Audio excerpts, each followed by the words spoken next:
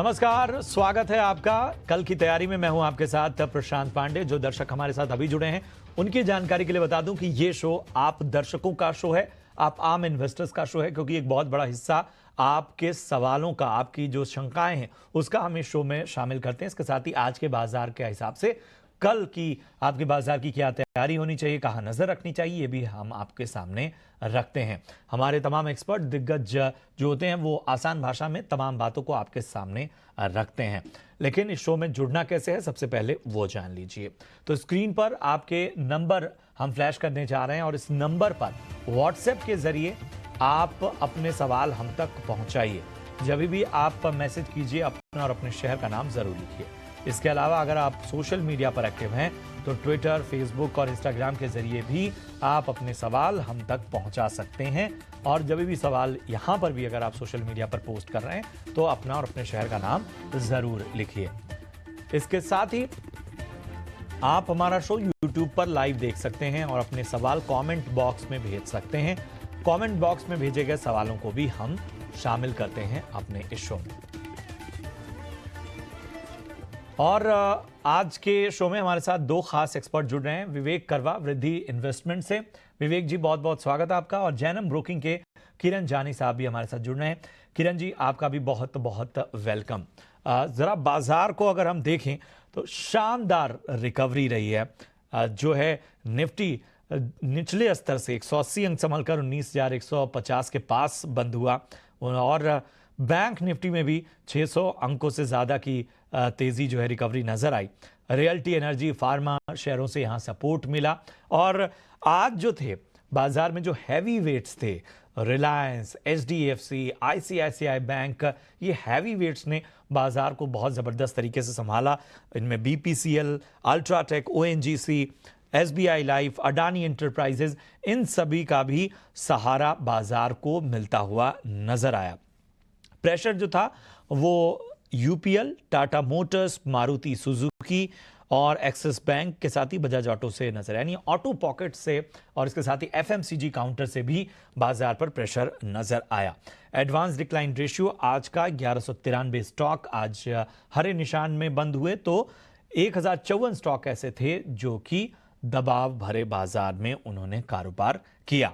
चलिए अगर हम बात करें बाजार की तो किरण जी सबसे पहले आपसे ही टेक्निकल व्यू लेते हैं। शानदार रिकवरी कहेंगे बाजार को और लगातार जो हम व्यू दे रहे थे उसमें एक तरह से बाजार पर भरोसा मजबूत होता हुआ दिखा।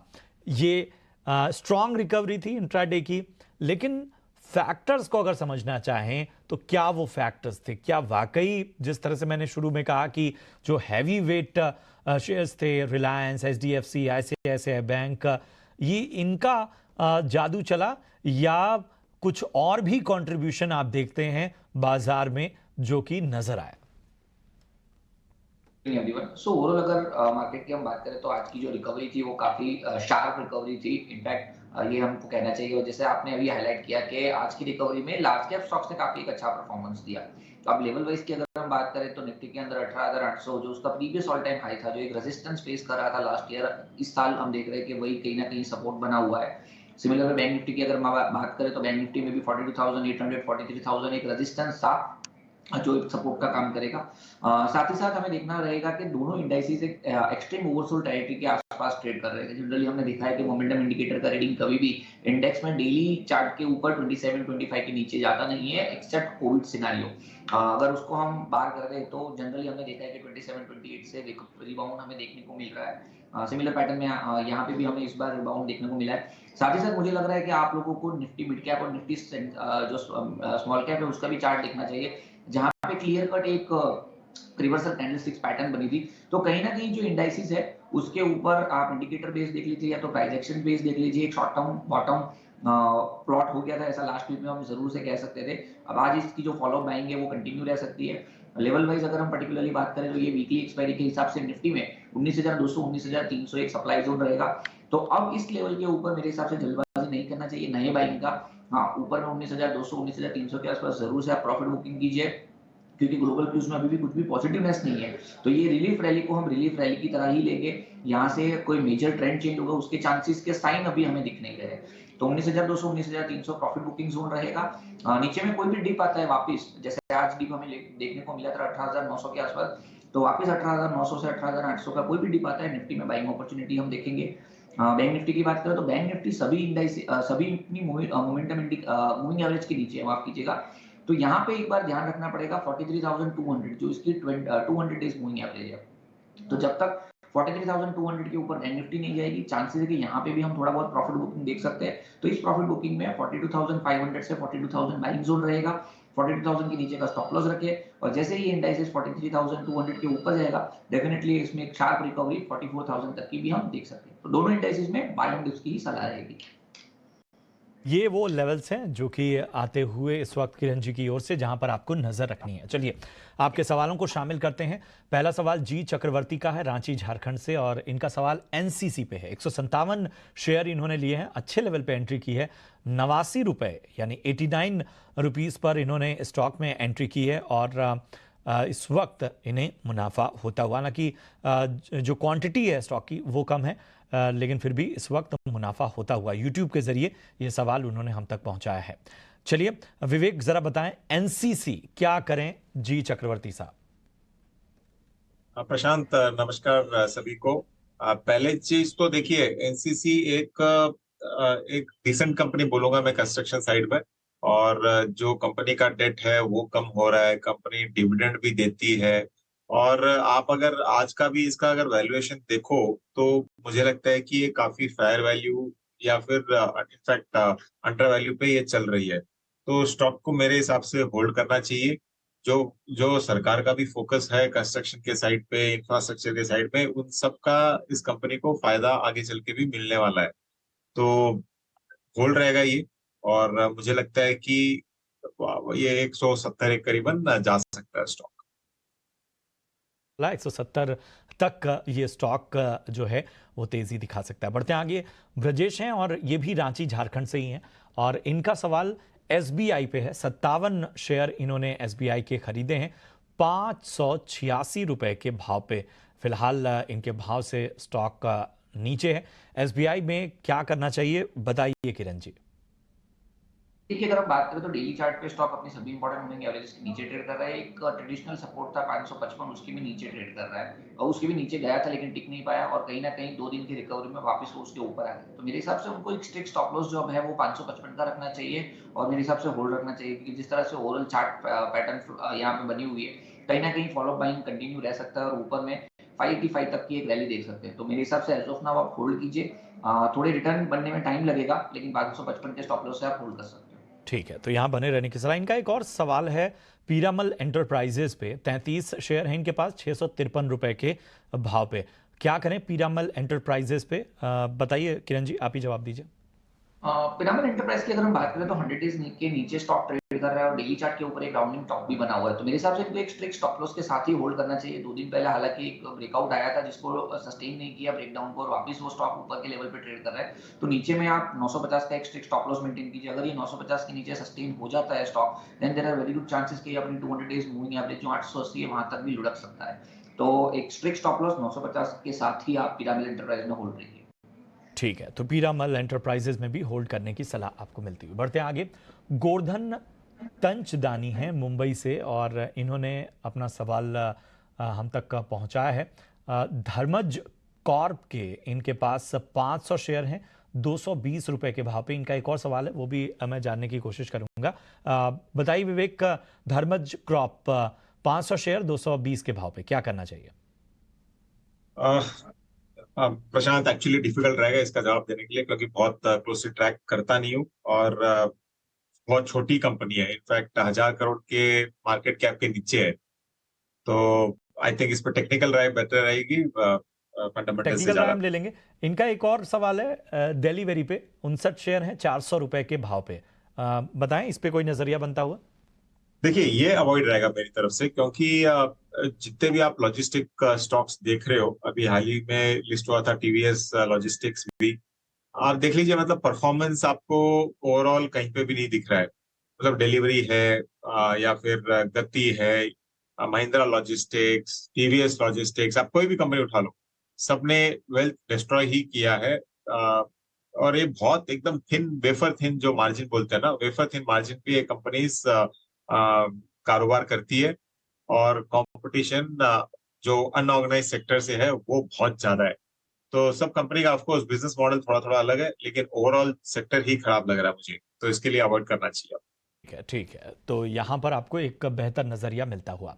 ब्रजेश हैं उत्तर प्रदेश से और इनका सवाल IRFC पे है। 500 शेयर इन्होंने लिए हुए हैं और IRFC के अगर हम स्टॉक को लिखें तो इन्होंने 22 रुपए पे एंट्री की है। अच्छे लेवल पे इन्होंने एंट्री की है। चलिए इस पर एक नजरिया ले लेते हैं। किरण जी, क्या करना चाहिए IRFC में? एंट्री लेवल बड़ा शानदार है इनका।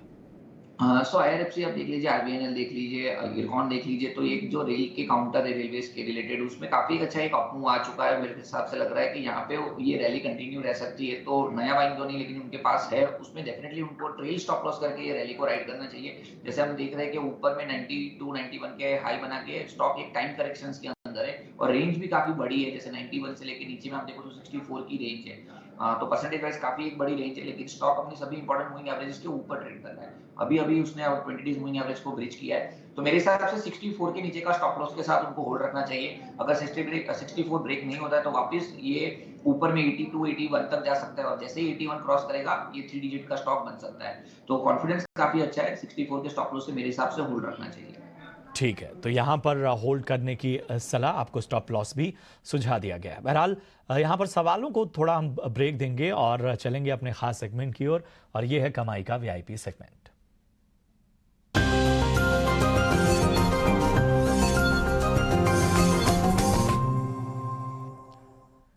और हमारे दोनों एक्सपर्ट्स तैयार। विवेक जी, सबसे पहले आपके पास आना चाहूंगा। बताइए आज आपकी पिक कौन सी होगी, जहां पर नजर रखनी है? देखिए प्रशांत, एक जो मेरा पहला पिक है काफी वॉलेटाइल स्टॉक है, इसका नाम है प्रकाश इंडस्ट्रीज। अब ये स्टॉक कुछ ही महीनों में मतलब 60-70 रुपए चल रहा था, ये लगातार 200 रुपए के ऊपर टच करके इसने एक अच्छा खासा करेक्शन दे के आज 160 163 पे ये क्लोज हुआ है। तो इस करेक्शन के बाद मुझे लग रहा है कि ये स्टॉक वापस आपको 190 तक दिखा सकता है शॉर्टर टर्म में। ऐसे डिस्क्लोजर ये मेरे पर्सनल होल्डिंग में भी है और काफी क्लाइंट्स के पास भी रहेगा। वॉलेटाइल स्टॉक है, इसके लिए मैं सलाह दूंगा कि एक 149 का एक स्टॉप लॉस लगा के इसमें बाई कीजिए। अब कारण कंपनीज को काफी जो माइनिंग लाइसेंसेस है वो मिले हुए हैं और मुझे लग रहा है कि अगले साल तक ये मोस्ट ऑफ द माइनिंग जितने भी माइनिंग्स है ये चालू हो जाएगा और कंपनी आपको मुनाफा दिखा सकती है, ये पॉसिबिलिटी है। तो इसके लिए काफी अच्छा टारगेट है, यहाँ से 190 का दिमाग में रख के आप इसको बाई कीजिए। दूसरा स्टॉक है मेरा पिरामल फार्मा। इस पे मैंने कई बार पहले बात किया मतलब की हुई है और इस बार दो मतलब फ्राइडे रिजल्ट आया था कंपनी का। कंपनी नुकसान में से निकल के एक 5-1 करोड़ का इन्होंने प्रॉफिट दिखाया है। तो जैसे ही मैं एक्सपेक्ट कर रहा था वैसे के वैसे हो रहा है। कंपनी एक राइट ट्रेजेक्टरी पे है। फार्मा ओवरऑल सस्ता सेक्टर है आज के दिन और पिरामल फार्मा इसमें मुझे चीप ही लग रहा है। तो 120 टारगेट ये होना चाहिए। मतलब हो सकता है कि मैं जितना समय दे रहा हूँ 3 या 6 महीने उससे पहले ही हो जाएगा और अगले क्वार्टर पे अगर ऐसा रिजल्ट दिखाता है तो कंपनी एक्चुअली बहुत अच्छी कर सकती है यहाँ से। तो होल्ड कीजिए, पीरामल मतलब दोनों स्टॉक ही फार्मा, पाई रहे। तो पीरामल फार्मा और प्रकाश इंडस्ट्रीज, ये पिक आती हुई विवेक जी की तरफ से।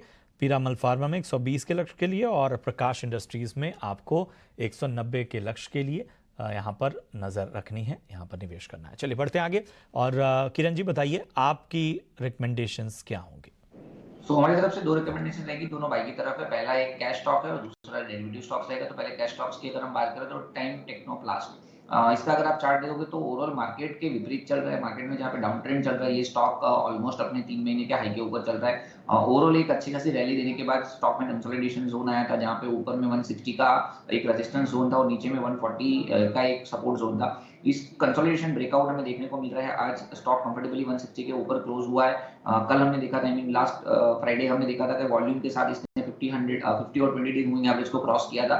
मोमेंटम इंडिकेटर भी अपने बुलिश जोन के अंदर ट्रेड कर रहा है। तो टाइम टेक्नो 160 के आसपास की क्लोजिंग है, हम लॉन्ग करके जाएंगे। 180 तक के हमारे टारगेट रहेंगे। 153 ऐसा स्टॉप लॉस हमें मेंटेन करना है टाइम टेक्नो क्लास में। दूसरा जो स्टॉक रहेगा वो एसआरएफ रहेगा। यहाँ पे अगर आप देखोगे तो एक शार्प फॉल के बाद रिकवरी लास्ट 2 दिन से हम देख रहे हैं। डेरिवेटिव साइड भी अगर आप देखोगे तो लॉन्ग बिल्डअप देखने को मिल रहा है और मोमेंटम इंडिकेटर वाइज भी एक हिडन पॉजिटिव डाइवर्जेंस देखने को हमें मिल रहा है। सो 2180 के आसपास की क्लोजिंग है, एक स्ट्रॉन्ग रेजिस्टेंस के ऊपर इसने क्लोज आउट दिया है, तो 2180 के आसपास हम लॉन्ग करके जाएंगे। 2225 का हमारा टारगेट रहेगा। 2154 एज अ स्टॉप लॉस हम एसआरएफ के अंदर मेंटेन करेंगे। तो एसआरएफ एंड टाइम टेक्नोप्लास्ट आज के लिए हमारे 2 बाई कॉल रहेंगे। ठीक है, तो एसआरएफ और टाइम टेक्नोप्लास्ट यहाँ पर रखिए नज़र। लेवल्स भी आपको बता दिए गए हैं, लक्ष्य भी आपको बता दिए गए हैं। बहरहाल किरण जी, बहुत बहुत शुक्रिया आपका करेंगे। इसके साथ ही विवेक, आपका भी बहुत बहुत धन्यवाद शो में जुड़ने का, खास विश्लेषण और जो आम निवेशक हैं उनकी तमाम शंकाओं के समाधान के लिए आप दोनों का बहुत बहुत धन्यवाद। बहरहाल इसी के साथ दीजिए मुझे इजाज़त। आप देखते रहिए ईटी नाउ स्वदेश। नमस्कार।